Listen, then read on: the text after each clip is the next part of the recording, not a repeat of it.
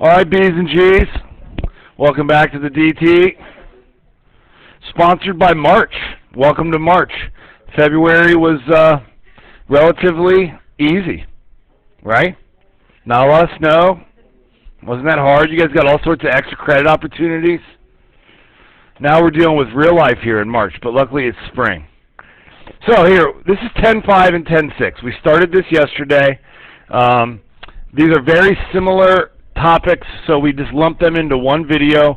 It'll be relatively quick, but feel free to pause the video because you might need to as we go. All right, a central angle is defined as an angle whose vertex is on the center. If the angle is x degrees, then the arc that it intercepts class is also x degrees, okay? All right. On this slide, we've got two angles that both have their vertices on the circle, and they both have the same equation, but they're different angles. This is called an inscribed angle, and this is called a tangent chord angle, okay? In both instances, if the angle is x, then the arc is twice the measure of the angle. Think about it like the arc has twice as long to open up, or the angle has twice as long to open up than it did in the last example. So now this is twice the measure, and this is also twice the measure of the angle. Okay? So far, so good. This one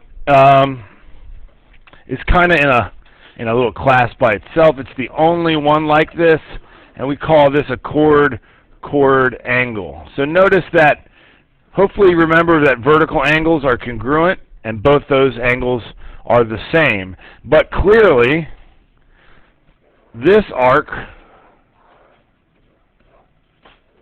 is significantly smaller than this green arc, which we will call, that's a Z, okay? Well, why is it smaller? Because this vertex is closer to the pink arc than the green arc.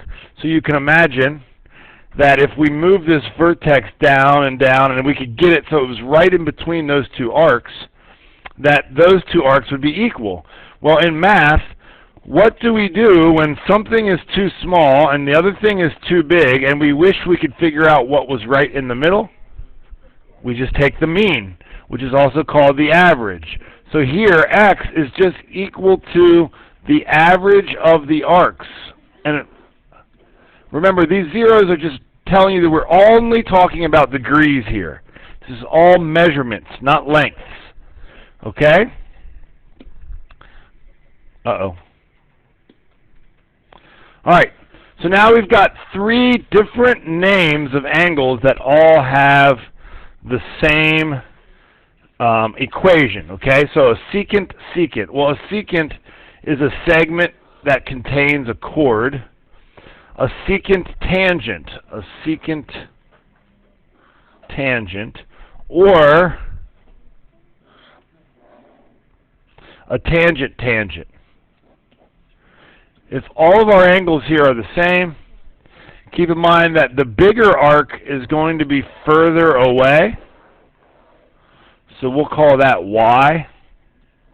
The bigger arc is further away. That's Y. The bigger arc is real big. That's Y. We'll call our smaller arc Z now.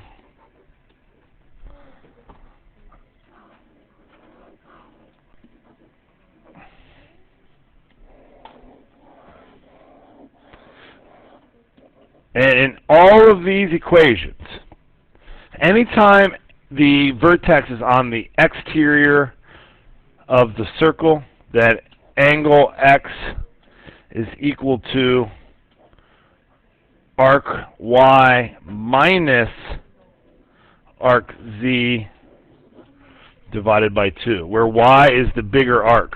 That gives us a positive answer. Okay? All right, well, that wraps up 10.5. Now we roll our way right over to 10.6.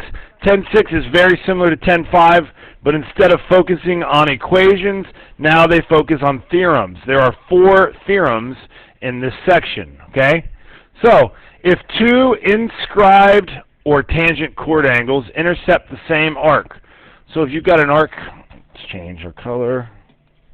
If you've got an arc here, and that arc is intercepted by this red angle, that is an inscribed angle, but it is also intercepted by this pink angle, which is an inscribed angle. How do you think that red angle is related to the pink angle? Well, since they're both half the measure of the same thing, then they are definitely congruent to each other. So if 2 inscribed or tangent chord angles intercept the same arc, then the angles are congruent. Well, the next one is very similar. But now we're talking about congruent arcs. Remember that congruent arcs have the same measure and the same length. So if these 2 arcs are congruent to each other, and we mapped out 2 different inscribed angles, once again there, that pink angle will be equal to the red angle. Hopefully you can see how these 2 theorems are very similar, yet just a little bit different, because this one involves 2 arcs, where this one involves the same arc. But we know that all arcs are congruent to themselves, so really we may not even need both of those theorems. Okay, this is one we've been hinting at and maybe even using for a while in here, but now we've got it as an official theorem.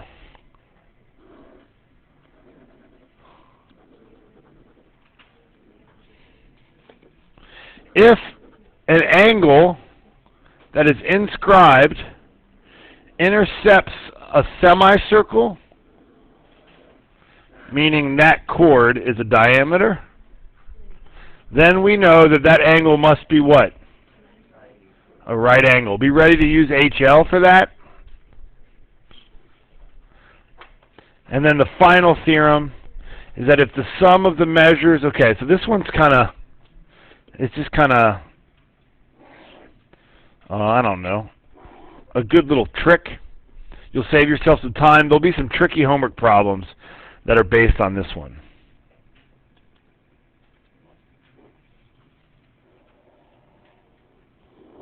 Here's the cool fact. The measure of a tangent angle and the minor arc that it intercepts will always equal 180. So that means if we were to pick, say, an angle that was very much closer to the circle, well, notice what would happen to Y. Arc Y would get smaller, but notice what would happen to angle X. Angle X would get bigger.